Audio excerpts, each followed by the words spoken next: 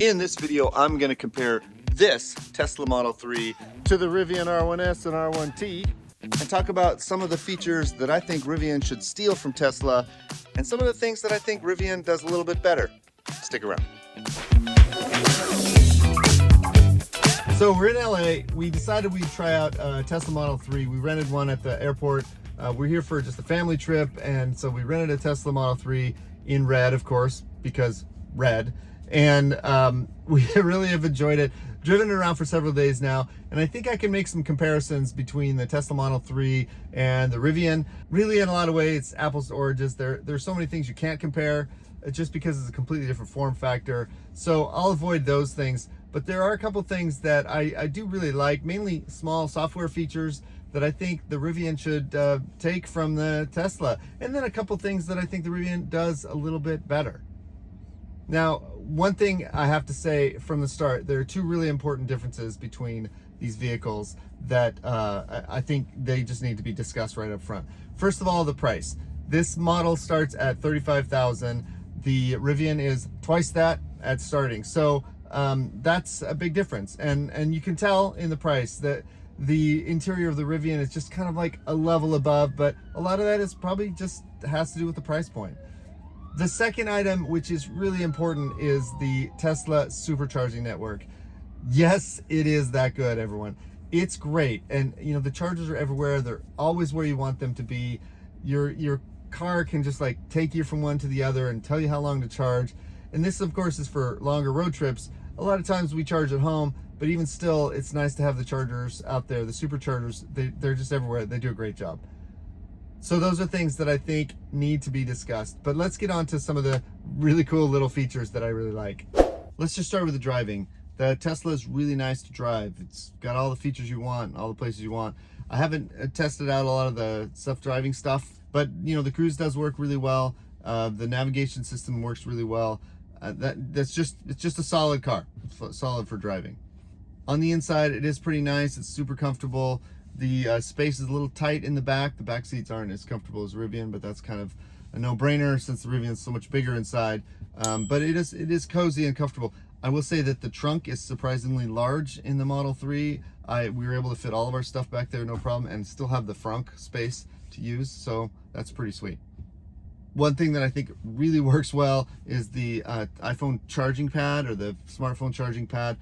That's something that's a big difference between the Rivian and the Tesla. Yes, the Rivian has a charging pad, but simply doesn't really work.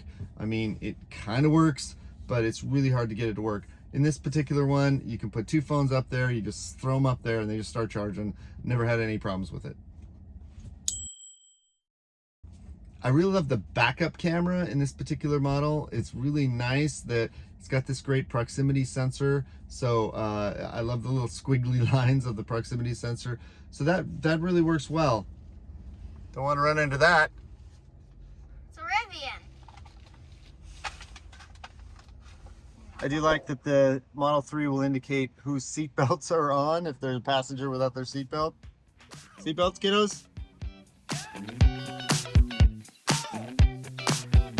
There are two features that I really love about the Tesla Model 3 that I really wish Rivian would steal. First of all, you have this turn signal camera. Whenever you turn on the turn signal, the camera from that direction will turn on the screen, and it's really nice. It gives you a lot of confidence that there's nothing in the way. It lets you see what's over there. It's not a game changer, but it's really nice feature. And then there's this one little feature that I absolutely love. When you stop at a red light, the Tesla actually can indicate whether or not the light is red. And when it turns green, if you hesitate just a tiny bit, it'll ping you before a person behind you has a chance to honk at you so that you know to go. Binged. Binged. It's really a great feature. Super small one, but a really great one. And of course, I haven't mentioned this, that is also a really important feature with kids. There's great entertainment system in the Tesla that you know, when you're stopped, you're waiting for a charge or whatever, you can just play some games, you can play chess, you can make some music, you can chill by the fire. It's got a lot of cool little entertainment features. In fact, there have been a couple of times when the kids wanted to go to the car early just so they could play a couple of games before we got in and drove. Here are a couple things that I think Tesla can steal from Rivian, where Rivian has just a little bit of an edge. I mentioned the backup camera and the sensor, which I do like in the Model 3. I will say though that Rivian has a really great bird's eye view, which is not just a gimmick. I really like it and I use it every time I back up the vehicle. In fact, in the Rivian, I've gotten so used to using it that I noticed that I use the screen more than I use the mirrors and looking over my shoulder. And actually, I feel safer that way. I feel like it's a better system all around. So Tesla, add that bird's eye view feature to your system. It will make a difference. Generally speaking, I prefer the Rivian interface. The Tesla one it's a lot more mature. It's got a lot more features in there, and you know, so therefore things get kind of tucked away in places, and they're a little hard to find. I do think though that Rivian's got an edge there. The interface just seems to me to be a little bit more intuitive. Of course, this is a familiarity thing, but I do think it's more than just familiarity. I think the interface of the Rivian is just a little bit easier to find the things that you need. Except for one thing that I really dislike that Rivian did recently is that they moved the trip meter to tuck it behind like 6 clicks or something. It's a bad change. I use the trip meter all the time, so Rivian, move that back up to the front, please. I also really like the scroll wheels of the Rivian, and it's got the little paddles on the side. Here on the Tesla Model 3, the steering wheel, not quite as useful. The wheels are a little slippery, so once in a while I find myself licking my fingers so that I can get a little more grip on the scroll wheel. Just a really minor thing, but I think that's one way that the Rivian does edge out. And the most obvious difference as far as the interior of the Rivian versus the Tesla Model 3 is this second screen for the driver. It's really, really important to me to be able to see those particular things like driving directions and speed, range, and all those things right in front of the steering wheel. I don't like looking over to the screen to the right when I'm driving the Model 3.